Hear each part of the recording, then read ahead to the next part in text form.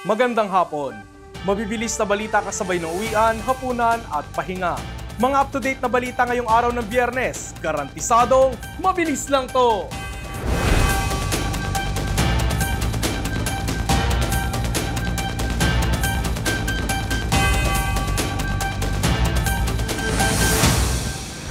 Mga headlines ng mabibilis na balita. Heto na!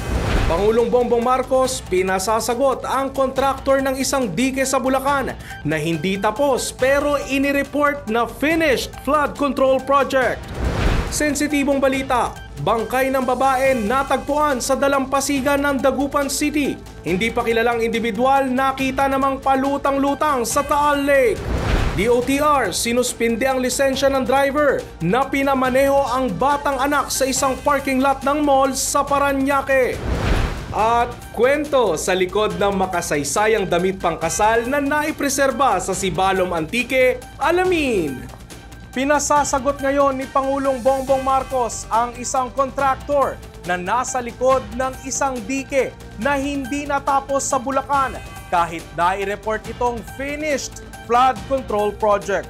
Mabilis na balitang hatid ni Michelle Giliang. Sa kanyang personal na pagbisita sa Kalumpit, Bulacan para makita ang ilang flood control structures, dismayado si Pangulong Marcos matapos madatnan ang isang hindi yaring dike roon. Imbis na diretso kasi ang istruktura para hindi bahain ang mga kabahayan malapit sa dike, nakita ng Pangulo na putol-putol ito. Ang masama pa niya na-report na buo at walang problema ang nasabing istruktura, dahilan para tuloy-tuloy na bahain hanggang bewang ang mga residente roon. Gusto tuloy malaman ni Marcos kung saan napunta ang pondong inilaan para sa proyekto at kung sino ang nag-ulat na finished project na ito. Ayon sa Pangulo, napag-alaman nila na isang St. Timothy Construction Corporation ang kontraktor sa naturang flood mitigation project. Sa website na sumbong sa pangulo.ph, nakasaad na ang rehabilitation ng river protection structure sa Barangay Bulusan, Kalumpit, Bulacan ay ginawa ng St. Timothy Construction Corporation na natapos ng February 12, 2023. May pondo itong 96.5 million pesos. Nauna nang pinangalanan ng Pangulo ang St. Timothy Construction bilang isa sa 15 contractors na nakakuha ng pinakamaraming flood control projects mula July 2022. Ipinasisid pa ni Marcos sa ilang scuba divers ang istruktura para ma-inspeksyon pati pundasyon nito. Ayon sa Malacanang sa pagkapkap ng mga divers, nadiskubre na hindi nakadikit ang beam sa anumang sheet pile support at may puwang sa pagitan ng dalawa, kaya hindi masasabing matibay ang pagkakagawa sa istruktura. Inilabas rin ng Malacanang ang sulat na ipinadala ng isang residente mula Kalumpit, Bulacan para sa Pangulo. Inireklamo niya ang paggamit ng substandard na materyales at kulang sa wastong pagtambak sa konstruksyon ng dike malapit sa kanyang bahay. Anya dahil dito nagkakaroon ng matagalang pagbaha, kaya nananawagan siya ng agarang pagkukumpuni at mas maayos na flood control sa kanilang lugar. Michelle Giliang para sa All TV News Channel 2. Sensitibo pong balita. Isang bangkay ng batang babae ang natagpuan sa dalampasigan ng Dagupan City. Habang bangkay ng hindi pa nakikilalang individual ang natagpuang palutang-lutang naman sa Taal Lake. Detalye na mabilis na balita, hatid ni Enzo Lacap. Hubot-hubad na bangkay ng batang babae ang natagpuan sa Tondaligan Beach sa Barangay Bunuan, Geset sa Dagupan City kaninang umaga. Tinatayang nasa edad 8 hanggang 10 taong gulang ang biktima. Nakita ito ng dalawang residente na mangingisda sana sa lugar. Agad namang rumisponde ang SOCO para sa agarang investigasyon. Samantala, kinilala ang biktima na si Aleria Gabriel, ang batang natagpuan sa dalampasigan ng Bunuan. Sa inilabas na pahayag ng pamilya, nakikipag-ugnayan na sila sa otoridad para sa persons of interest. Isang puting Toyota Fortuner din ang pinaghihinalaang dumukot sa bata.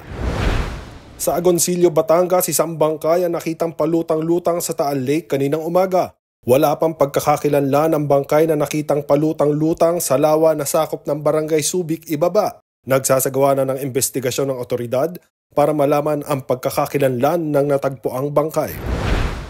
Natagpuan na ang bangkay ng magsasaka sa Wangal at Trinidad, Benguet na nawala sa kasagsagan ng bagyong Emong kahapon. Nakita ito ng isang kagawad ng nasabing barangay sa ilog ng Baningbeng sa Blan, Benguet na nakasiksik sa gilid ng bato. Matatandaang nawala ang 62 taong gulang na magsasaka sa pagguho ng lupa noong July 25.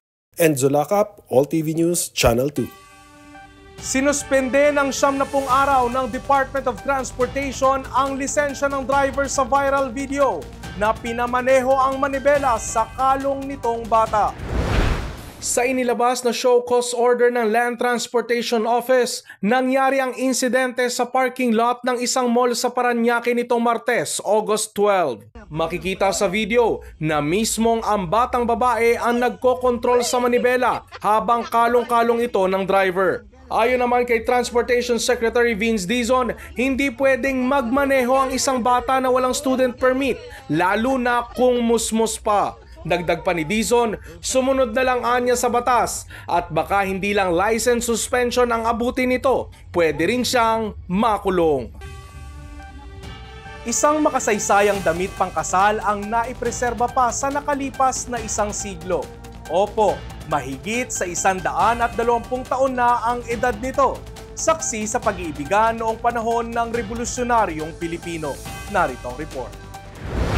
Hindi lang simpleng damit pangkasal ang bumungad sa mga mata ng mga historiador ng antike nitong Agosto, kundi isang tahimik na saksi sa higit isang siglo ng kasaysayan at pag-ibig sa bayan ng Sibalom.